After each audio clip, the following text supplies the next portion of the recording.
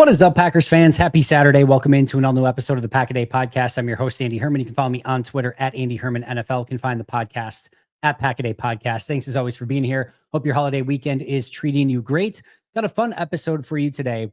It's one that I just so happened to do at this exact time a year ago. I knew it was like similar timing, but I didn't know it was like literally to the date. And what we're going to be doing is going over the differences and really the changes between 2024 and 2025 for the roster, specifically which positions are better, which are worse, which are the same, and how this year's team kind of compares to the 2024 team. And I think the cool thing about this is because I did this a year ago to the day, I have the exact roster that Green Bay had at this time a year ago. So, for example, at quarterback, there was no Malik Willis that existed at this point in time a year ago. So it's fun to look at this exact time a year ago to see where Green Bay was then and where they are now and which position by position is better and in a better situation now than they were 1 year ago at this exact same time. No news and notes to get into today, so we're going to jump into it right away. We're going to start at quarterback. Last year at this time, Jordan Love, Sean Clifford, and 7th round pick at the time, Michael Pratt, were your quarterbacks. This year, Jordan Love, Malik Willis, Sean Clifford, and Taylor Elgersma are your quarterbacks.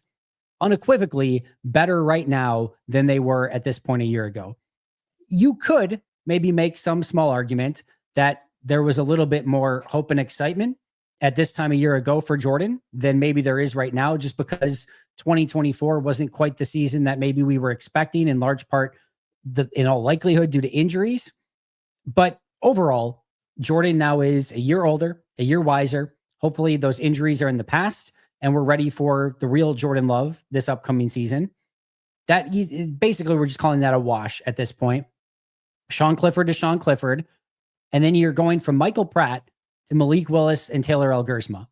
Now, we didn't know it at the time, but Michael Pratt would not even make the roster. Taylor Elgersma is in a similar situation this year, although Pratt was a 7th rounder. Elgersma's an undrafted free agent.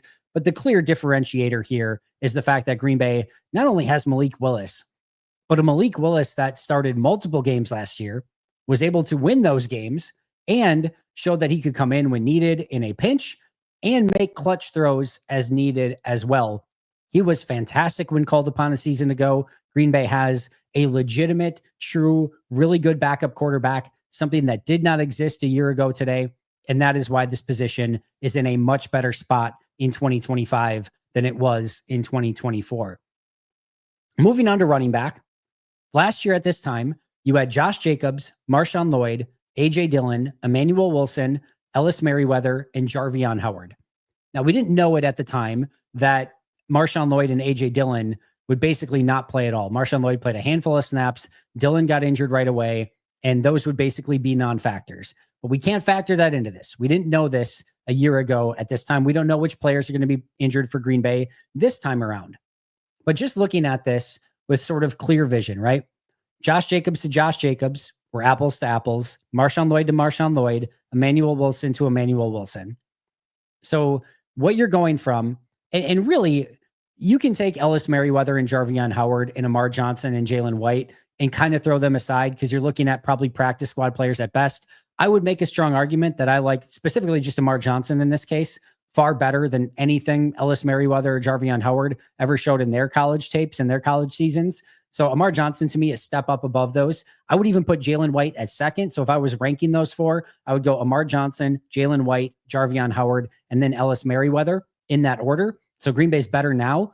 But really the only difference here is A.J. Dillon to Chris Brooks. I will gladly let you have any direction that you want here. I will say that Green Bay's in a slightly better position now.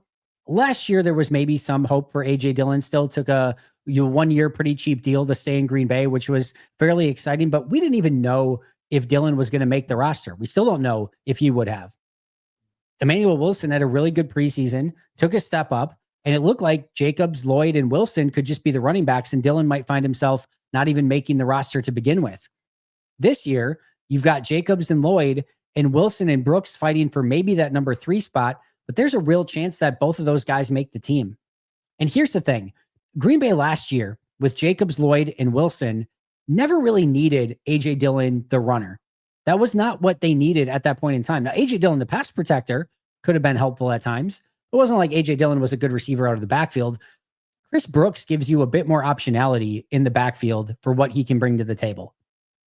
The fact that he is a good pass protector, a good run blocker, is a good runner, and can catch the ball out of the backfield gives you a little bit more of a well-rounded running back, which is more what you need because, again, if you're going to hand the ball off, you're giving it to Josh Jacobs. If you're not giving it to Josh Jacobs, you're giving it to Marshawn Lloyd. And if you're not giving it to Lloyd, I would actually rather have Emmanuel Wilson with the ball in his hands than A.J. Dillon.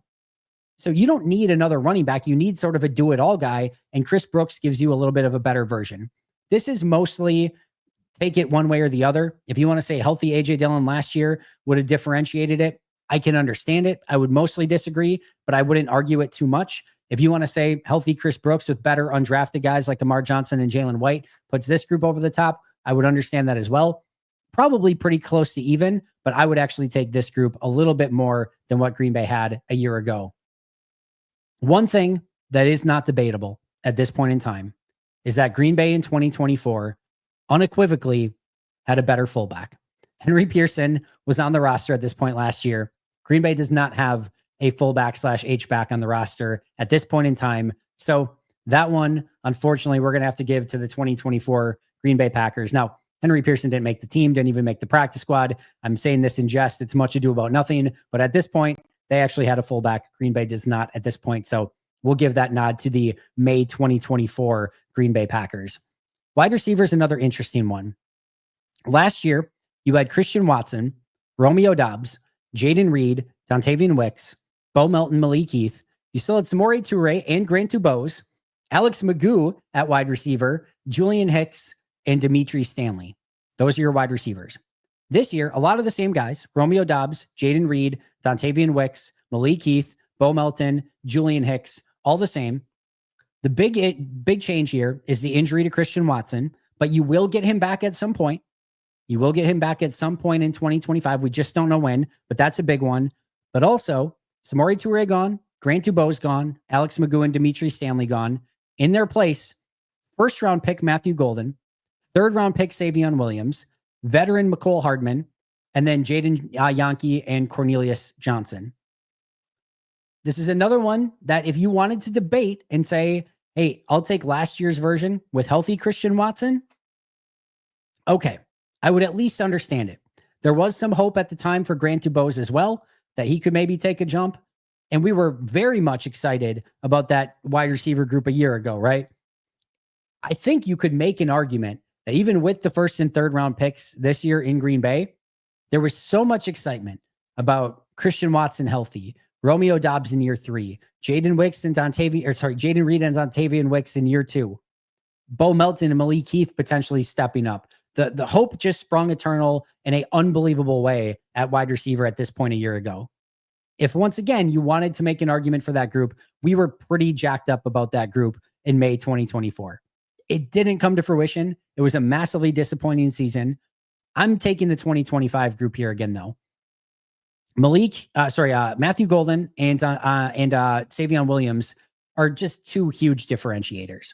And the fact that if Watson was just gone and never coming back, that would maybe be a little bit different where it's like, all right, do I want third-year Christian Watson or do I want rookies Matthew Golden and Savion Williams? Like we could really, sort of figure that out of which one you'd rather want. But when I'm just losing like 10 games of Christian Watson, which somebody can insert the joke of like you usually lose 10 games of Christian Watson. It's not true, but the joke is there nonetheless. You usually lose some time with Christian Watson anyway. You're just getting that, over with hopefully at the beginning of the year. And I add Matthew Golden and Savion Williams to the team. I just have to go with that group. And I just think this one is more well-rounded, more diverse, and gives you more options. So I'm going with the 2025 version of Doubs, Reed, Golden, Wicks, Savion Williams, McCole Hardman, Malik Heath, Bo Melton, Julian Hicks, Jaden Yankee, Cornelius Johnson, and the returning Christian Watson at some point in 2025.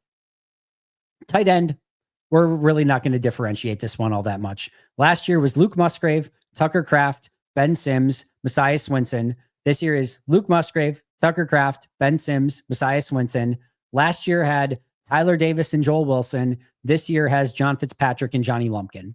Let's just move Joel Wilson and Johnny Lumpkin to the side. Neither really had any chance to make the team. The only differentiator here is basically Tyler Davis versus John Fitzpatrick. Now, I would make the argument for John Fitzpatrick. So if we want to really differentiate it that far and that close, I would say this year's is slightly better. I would also say that I had a little bit more hope for Luke Musgrave last year than I did as of right now because of the injuries and just him not making an impact last year.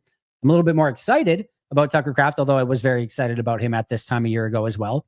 I'm a little less excited for Ben Sims. I thought Ben Sims could legitimately work himself into a number 2 tight end role last year if needed. He got that opportunity with Musgrave out and did not make anything out of it. And now he's probably more likely to be let go or a practice squad guy than a 53-man guy this year, although it's still possible. But to me, this is just a pick 'em. It's almost identical. Musgrave, Kraft, Sims, Messiah Swinson, all the same. And really your only differentiator is Tyler Davis at this point last year to John Fitzpatrick this year. We don't need to get that granular with it. It's basically the same tight end room. Offensive tackle. Last year, you had Zach Tom, Rasheed Walker, Jordan Morgan, Andre Dillard, Caleb Jones, Luke Tenuta, Travis Glover, and Kadeem Telford. This year, you have Zach Tom, Rasheed Walker, Jordan Morgan, Travis Glover, Kadeem Telford, and Brent Banks. Couple things of note here.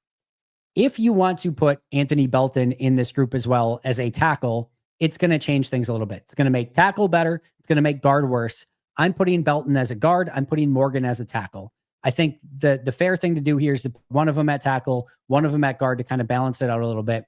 For that reason, I'm putting Morgan at tackle and Belton at guard for this exercise. With that in mind, I'm going to go with last year's group ever so slightly. The main thing here is that Zach Tom, Rasheed Walker, Jordan Morgan, Travis Glover, and Kadeem Telford were all on the team last year. So you're not really upgrading in any major way other than the fact that, maybe you could make the argument Jordan Morgan's in year 2 and certainly is healthier. We didn't know that at this point last year, but that could help. But all those 5 guys are still the same guys that are on the team. So your only difference here is at this point last year, you had Andre Dillard, Caleb Jones, and Luke Tenuta. And this year you have Brant Banks. No offense to Brant Banks, but I would probably take Dillard, Caleb Jones, and Luke Tenuta over Brant Banks. And specifically Dillard, he just had a veteran, former first-round pick, depth piece along the offensive line that did make the team. Caleb Jones had made previous 53-man rosters, as did Luke Tenuta. There was just a few more options there. And Brant Banks was probably one of my more underwhelming undrafted free agents for Green Bay. Like you could make an argument that he would have been worse than anyone that Green Bay had at tackle a year ago.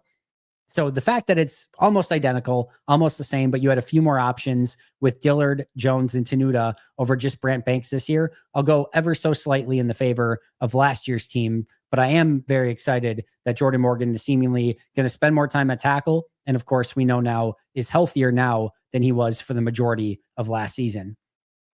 At guard last year, you had Elton Jenkins, Sean Ryan, Royce Newman, and Donovan Jennings. Only 4 guys. This year, you've got Aaron Banks, Sean Ryan, Anthony Belton, John Williams, Donovan Jennings, Tyler Cooper, and JJ Lippy.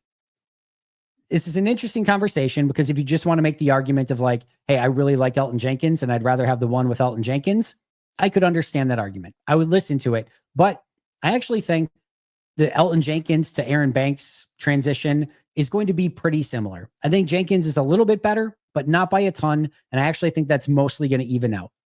Sean Ryan's the same, but the big thing is you're going from Royce Newman, who was bad in Green Bay and then didn't even make the team last year, to a 2nd-round pick in Anthony Belton. That is a massive upgrade. You still have Donovan Jennings, plus you have a really intriguing 7th-round pick in John Williams, one of your more interesting undrafted free agents in Tyler Cooper, and I like JJ Lippy a little bit as well. This one's a no-brainer. The upgrade from Royce Newman to Anthony Belton at this point as your top backup. I know you're going from Jenkins to Banks, maybe a small downgrade there, but still, this is a win for the 2025 group. And then centers, maybe the biggest no-brainer and maybe the biggest upgrade on the team. Last year, Josh Myers and Jacob Monk. This year, Elton Jenkins, Jacob Monk, and Trey Hill. We can ignore Trey Hill. Jacob Monk is a wash. This is all about going from Josh Myers to Elton Jenkins. Massive upgrade. Absolutely massive upgrade. There will be no position on the team that I think is felt as big of an upgrade as this one right here.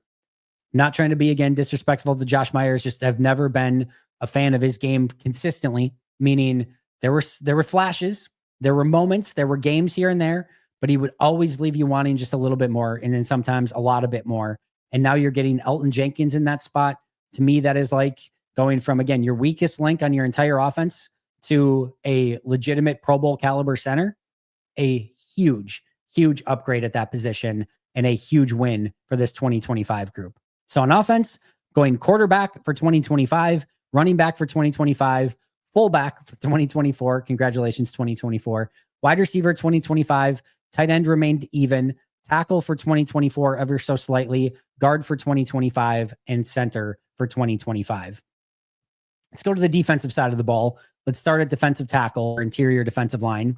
Last year, you had Kenny Clark, Devontae Wyatt, TJ Slayton, Carl Brooks, Colby Wooden, Jonathan Ford, Spencer Wagee, and James Esther. This year, you've got Kenny Clark, Devontae Wyatt, Carl Brooks, Colby Wooden, 6th-round pick Warren Brinson, Nazir Stackhouse, Nesta Jade Silvera, James Esther, and Keith Randolph. Not really worried about the difference between Spencer Wagee and Nesta Jade Silvera and Keith Randolph. We can basically ignore all of that. Well, and I would even argue Jonathan Ford last year to Nazir Stackhouse this year is basically an apples to apples. You could go either way with that, but it's basically breaking even. The change here is going from TJ Slayton to Warren Brinson. Now, I really like Warren Brinson, especially as a 6th-round pick. I think that's ridiculous value at that point in the draft. I'm sorry, but TJ Slayton is just a better player at this point in time. At least that's what you would project it to be. Is there a world in which Brinson's better? Sure. It's not the toughest bar in the world to clear, but if you're just going right now, if you were playing in a game and you had to play at defensive tackle and you needed either TJ Slayton or Warren Brinson, I'm sorry, but everyone's just going with, and at least should be going with TJ Slayton in that scenario. With everything else remaining the same, and also I would argue we felt a lot better about Kenny Clark in 2024 than we probably feel about him right now coming after that tough year. I'm just going with the 2024 group, but primarily because of TJ Slayton over Warren Brinson. Last year at Edge, you had Rashawn Gary, Preston Smith, LVN, Kingsley Enagbare, Brenton Cox, Keyshawn Banks, Aaron Mosby, Deslin Alexander, and Kenneth Odumegwu. It's where you were at last year. This year, you've got Rashawn Gary, LVN, Kingsley Enagbare, Baron Sorrell, Colin Oliver, Brenton Cox, Aaron Mosby, Deslin Alexander, and Jeremiah Martin. This is an interesting one to debate because Gary is Gary, Enagbare is Enagbare, Brenton Cox is Brenton Cox, Mosby is Mosby, Deslin Alexander is the same. So you're looking at Preston Smith. We can talk about Keyshawn Banks, Kenneth Odumegwu as well if we want, but basically Preston Smith, or do you want Baron Sorrell and Colin Oliver? That's the real debate here. Now, once again, if you're really looking at this from a fair point of view on how we felt about Preston Smith in May of last year, not in October of last year, we're probably making the argument for last year's team. Preston was actually coming off a pretty good 2023. Now, he's only good in odd years, is it right? So maybe we should have known better. But there was this feel of like, hey, maybe it's getting to the point with Preston Smith, right? So I'm actually making the argument here for 2025 because I think Baron Sorrell and Colin Oliver are going to give you a better mix. I think Brenton Cox is in a better spot. LVN should be ready to take a bigger step forward this year than he was last year. I'm going with this group, but I would certainly hear out the argument for Preston Smith as a veteran, that was coming off a good year in 2023 over 4th and 5th round draft picks, especially with Colin Oliver, where we don't even know if he's going to be able to stick at defensive end. And so this could be a little bit more of an argument of Preston Smith versus Baron Sorrell. Knowing what we know in hindsight, I'll probably take Baron Sorrell and his upside over anything that we saw last year with Preston Smith. I'm going with 2025, maybe a bit begrudgingly, or maybe a little bit hopeful or wishful thinking in this scenario, or maybe the benefit of hindsight seeping in a little bit. But I think you could make a pretty strong argument that we probably felt a little bit better about Preston Smith at this point last year than we do maybe about Sorrell and Oliver at this point this year, even if we're very excited about Sorrell and Oliver moving forward. I'm going 2025, but a debate is certainly there to be had for 2024 as well. Linebacker, Quay Walker, Edgerrin Cooper, Tyron Hopper, Isaiah McDuffie, Eric Wilson, Christian Welch, Christian Young, and Raylan Goforth. This year, you've got Quay Walker, Edgerrin Cooper, Isaiah McDuffie, Tyron Hopper, same front four, Christian Welch is the same. So what you're changing out here is Eric Wilson, Christian Young, and Raylan Goforth for Isaiah Simmons and Jamon Johnson. This is an interesting one. Eric Wilson is, I think, probably just the better linebacker of anyone in that group. He's also a core special teamer, and he had a pretty darn nice season a year ago. Now, we didn't know that again in May, but he was playing well. Isaiah Simmons has all the talent in the world. He is a special teams, like a legitimately really good special teams player. You don't really want him on the field on defense, but I am insanely intrigued to see how Jeff Hafley might be able to find creative ways to use him. And Jamon Johnson is way better than anything that you were hoping for from either Christian Young or Raylan Goforth at this point last year. So you have a much better sort of undrafted free agent option.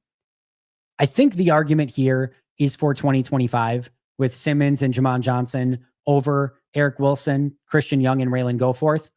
I'm breaking this one even. I think it's close enough. And I do think Eric Wilson was in a really good spot a season ago. I think they knew how to use him. And I think he brought a veteran mentality. Plus, he could wear the green dot when needed. I'm breaking it even. I think you could make a small argument here for 2025. Maybe you could make an argument for 2024. But I'm just saying this one's close enough because your top four guys, Quay, Cooper, McDuffie, and Hopper, are probably all the same. And after that, it's just probably, kind of fringe guys, right? And you could go either way. So I'm just breaking this one even. Corner, last year, you had Jair Alexander, Eric Stokes, Keyshawn Nixon, Carrington Valentine, Corey Ballantyne, Kalen King, Robert Rochelle, Zion Gilbert, and Gemmin Green. This year, for now, since at 5:13 p.m. on May 23rd, unless I just haven't received a notification since Twitter notifications are not working at the moment, as I'm recording this right now, Jair Alexander is still on the team. I go to Packers.com, he is still on the roster. So as of right now, Jair's a Packer. We're counting him as a Packer. Clearly, the calculus would change on this quite a bit if he is not a Packer, but as we're recording this, he is a Green Bay Packer. So Jair for Jair, Nixon for Nixon, although I think we can make a strong argument Nixon's in a much better spot now than he was in a year ago. You are upgrading from Stokes to Nate Hobbs. Valentine's the same. I do think you had a little bit better depth with Corey Ballantyne and Robert Rochelle, but Kamal Haddon is here now. He was not here at this point last year.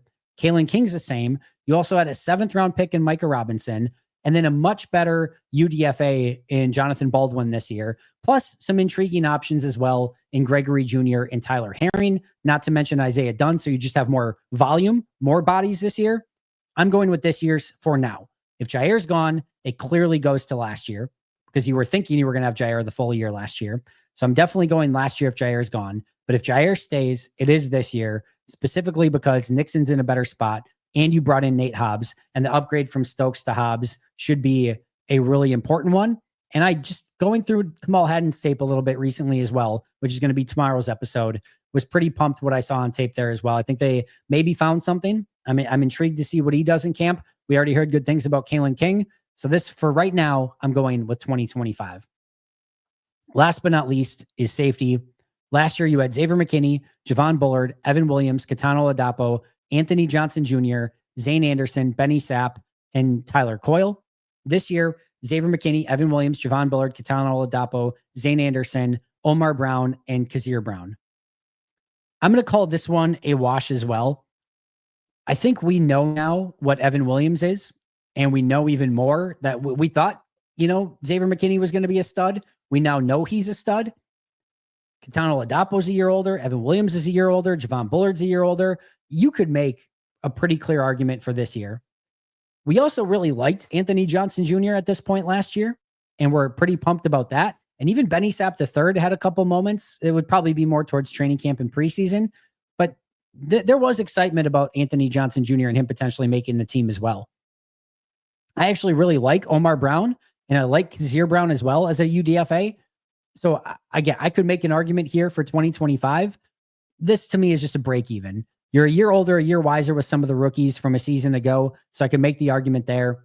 You don't have Anthony Johnson Jr. I do like Omar Brown. Make your argument, whatever. But for the most part, this is basically the exact same safety room. And I don't think there's any real legitimate upgrade or downgrade anyway. If I were to lean in one direction, I'd go upgrade, but I'm just going to call this one a wash. Kicker is a massive upgrade. You had Anders Carlson, Greg Joseph, and Jack Podlesny at this time a year ago. Now you have Brandon McManus and Alex Hale. Move Alex Hale to the side, does not matter. You have a real legitimate kicker in Brandon McManus. You had 3 fake, not real, illegitimate kickers a year ago. This is a massive upgrade. Daniel Whelan's the same. Matt Orzech's the same. You did have Peter Bowden as an option at this point last year as a long snapper as well. Didn't matter. That one is a break even. But on special teams, going from the trio of kickers that you had to Brandon McManus now is a massive, massive upgrade. Just to recap it, I'm going 2025 quarterbacks, 2025 running backs. We'll give the fullback to 2024, 2025 wide receivers, tight end broke even, 2024 offensive tackle, 2025 guard, 2025 center, 2024 defensive tackle due to TJ Slayton, 2025 edge, break even at linebacker, 2025 corner for now, as long as Jair Alexander stays, break even at safety, much improved kicker, break even at punter and long snapper. Overall, it does feel like Green Bay on the whole is in a much better spot right now. Maybe much is aggressive, but a better spot right now in 2025 than they were at in 2024. More positions upgraded. I do think that Jair one is worth keeping an eye on. Losing TJ Slayton definitely stings a little bit, but we'll see if Warren Brinson or Nazir Stackhouse can step up. I love the upgrade at center from Josh Myers to Elton Jenkins. The upgrade at kicker to Brandon McManus for a full season is going to be massive. So yes, I am going pretty aggressively in the 2025 camp. And I do think Green Bay has done a really nice job of upgrading this team. Whether that is enough to go from playoff team to maybe division winner / winning playoff games to hopefully making it to a Super Bowl, that remains to be seen. And of course, a lot of that is going to be based on internal development as well as just injuries. Can they stay healthy this year? That's why we play the games. That's the fun of the season. But right now we are in off-season mode, and it is fun to compare these things. And I'm going with the 2025 Green Bay Packers that have made the upgrades and are better than they were at this point a year ago. That's going to do it for me today. Shout out to our All-Pro and all Hall of Fame members, We have got Most Hated Minnesotan, PJ Wynn, John Wild, Brandon Paletta, Boom Handle, Donald Lee, Lori Lord, Baby QB, David McCluskey, Donald Decker, Alex Wong, Peter Ritaka, Jay Zimmerman, B. Brown, Puerto Rican Packer, Dan Gesford, Dylan Pat Scott, SoCal Pack, Chris Rager, Izzy Roberts, Ian Ewing, Jake Conard, Carlo Delgado, Willie Winklesingle, Jen Wright, The Gable Storm, Matt Geiger, and Pack Attack Cast. I'll see you guys tomorrow. But until next time, and as always, go Pack Go.